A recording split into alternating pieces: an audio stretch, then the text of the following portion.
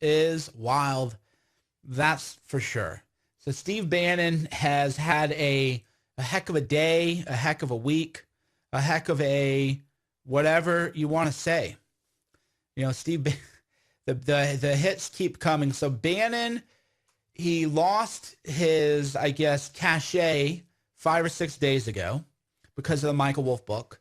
So he lost the cachet, and now he's out at Breitbart. He's lost his Breitbart radio show. He's kind of a Ronin now. He is a, you know, in the ancient, not ancient, but in the samurai days, the days of the samurai, Ronin was sort of a warrior without a master.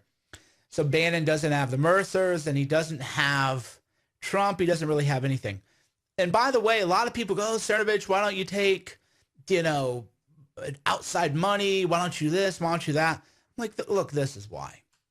Then you have patrons, and these patrons can just cut you out, and they will ruthlessly, okay? The Mercers, they just cut him out ruthlessly, and I guess in their defense, they didn't realize what they were getting into. Most people don't really have any understanding.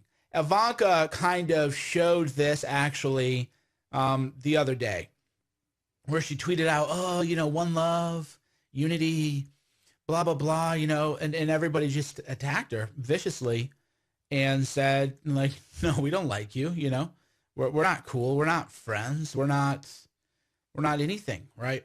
She just didn't really understand it. And it's something people don't get. It's something that people don't really understand. So people who get into this right-wing stuff, they don't understand the game, okay? Your whatever life you had before is over. Whatever friends you thought you had were gone. Whatever little cocktail parties you got invited to, it's all over, all right? If you don't have the stomach and you don't have the heart for that, then don't get in the game. So the Mercers, they didn't really have the heart for it. They didn't realize what they were getting into. They had no idea what this game is like, and they lost all their little cocktail weenie friends and all their little buddies and everything else. So they just didn't get it. And so now Bannon lost the Mercers, lost Trump, but now, you know, he's got freedom.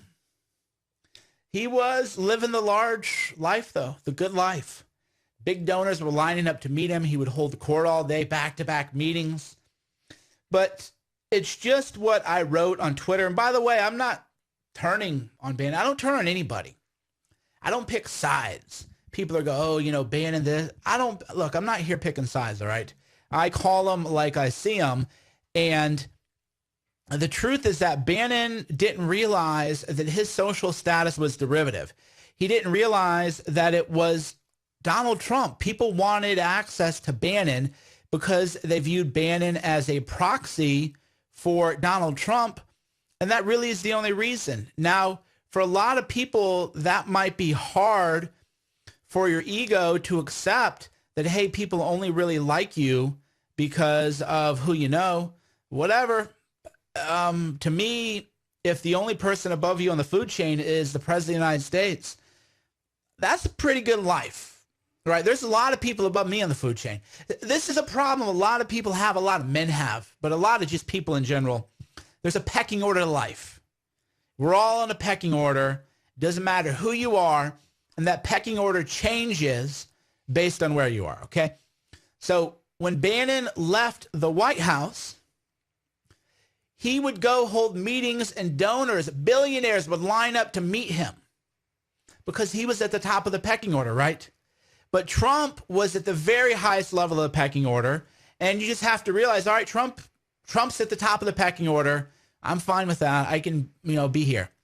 So Bannon didn't give Trump the kind of shine that Trump requires. Trump requires a lot of male ego sort of management. And that's really so what were Bannon's mistakes real quick? Well, when the Wolff story hit, he didn't go live immediately. He waited 5 days, and he gave the statement kind of through Axios or somebody, rather than go live on Molyneux or go live with Alex Jones. Here's what Bannon should have done. Should have gone live on Real Alex Jones right when the Wolff story hit, and just went one-on-one with Alex Jones, had a debate. That would have got big ratings. That would have been bigger than anything on cable. But people don't think like this. That's the problem. And this is another reason people go, oh, Mike, are you going to still help out in 2018? No. I've been done with this I've been done with political activism for a long time. And I want nothing to do with people who just don't understand the game. I just shouldn't have to babysit people. I shouldn't have to tell people, hey, if the media is attacking you, you need to get on video and you need to do a Periscope and you need to do a live video. You need to do a live stream and get your message out. I shouldn't have to tell people that you should go on Molyneux's show or Alex Jones' show or something and get your message. I just don't have the patience to deal with that kind of nonsense. So I have no interest in any kind of political activism at all, because I'm not here to hold hands with people and tell people stuff that for me is basic. Unless I opened a political consultancy, in which case I would charge people a lot of money to teach them, public relations, to teach them what I know. But yeah, people, they just don't get it. I'm so far ahead of the time. I'm so far ahead of everybody else. And I'm an impatient person, as anybody who's ever worked with me will tell you. I'm like, just come on. What's the holdup? Why aren't we here yet? Why isn't it done? And I'm that way on myself too. I'm very hard on myself. It isn't one of those double standards where me too, I'm like, come on, Cernovich, where are you? Why aren't you where you're supposed to be, man? You're not doing enough. This isn't good enough. You got to take it to another level. That's the way I just think about the world. So I don't have time to be like, oh, when you're in a PR crisis, you need to go live and get your message out. Very important. Very important that when you're under a media attack that you're not hiding a bunker, because people are going to think that's weak. It's very, very, no, here, let me hold your hand. The media's attacking you. You can't go issue a statement and answer their comments. You have to go do your own videos. And then the media will watch those videos and they'll get their clips out of that videos. But you'll be bypassing the media, going directly to the people. And by showing people that you will face down the media when you're under attack, people will like you more. That will develop your tribe more. People will feel more of emotional. I don't have time for that. I don't have time to tell people that. Hold your hand, tell you just basic human psychology. When you're under attack, you don't hide. When you're under attack, you have to face down the mob and you can't go anywhere. And the mob is going to be ruthless and they're going to falsely accuse you of things and they're going to edit you and clip on you and have people lie about you. And that's just the business we're in. Stay home. Stay home if you can't face down an angry mob and an angry media mob and a dishonest fake news media every day. Just stay home. Don't get involved in this game because they'll crush you and they'll leave you whimpering in the corner. You just got to fight. So I don't have time for that. Oh yeah, you should really consider having a presence on social. Yeah, you should really, no. And the problem is all these people are fame, WHORESs, and all they want to do is be on the mainstream media. Oh, everybody goes, oh, fake news media. Yeah, we're up against the fake news media. Okay, well, are you giving interviews with alternative media? Oh, you're not. Oh, you're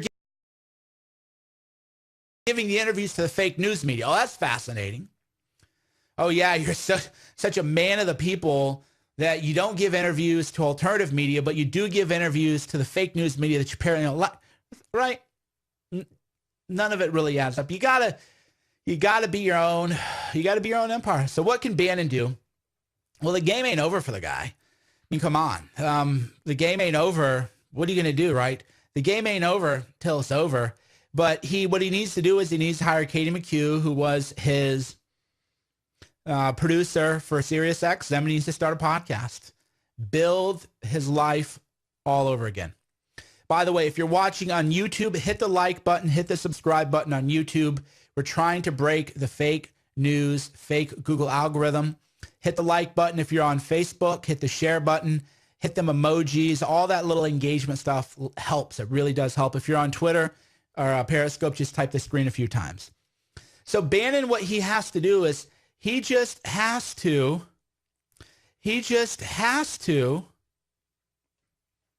be a one-man band, the one-man band, and hire Katie, start a blog, start a podcast, get on social media, get your message out, daily Periscopes, book reviews, content. That's what he has to do.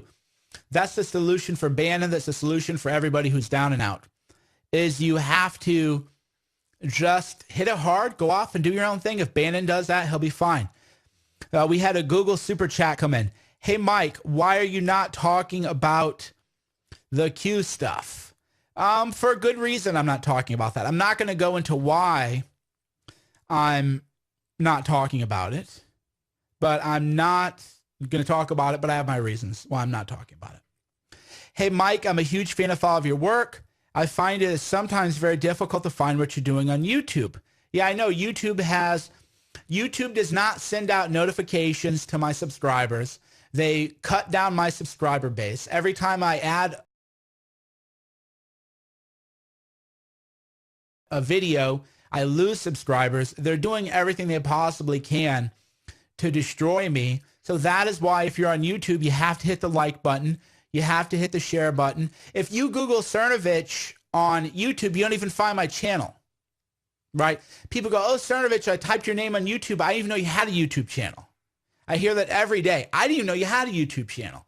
Because if you type in my name, you don't even find my YouTube channel, which is Google Plus verified. So yeah, that is why you have to really massively like every video that I post, or dislike it. Engagement is engagement. So like it or dislike it. But that's the game. But anyway, Bannon can be back, but he has to come back doing the one-man band, the one-man army. Back to basics. Bannon's going to have to start a blog, podcast. He might think he's too good for it, but you know what? That's where it is. Fox News isn't going to hire him. So he's out at Breitbart. He lost the Sirius XM radio gig. And Fox News will not be hiring Steve Bannon. So what does that leave him with? Well, you got to start a blog, podcast, videos, social media, start writing your book. Got to get busy. So Bannon is down but not out, but he's got to get busy. And he certainly has to become a one-man content creation machine. You don't need to hire a lot of people to do this. You need one or two trusted people, one or two people to help you with production. That's it. I do all this by myself. I hired an expert for this fancy stuff I have now, but I don't have a producer. I just make it happen. Make it happen. Nobody cares about if you tried. Nobody cares if you finish second place. All people care about are results, and you have to bring the results every day, which is what I do. Mike Cernovich, Cernovich.com, Cernovich.com. If you're watching this on YouTube, hit the like button, hit the subscribe button. If you're watching this on Facebook,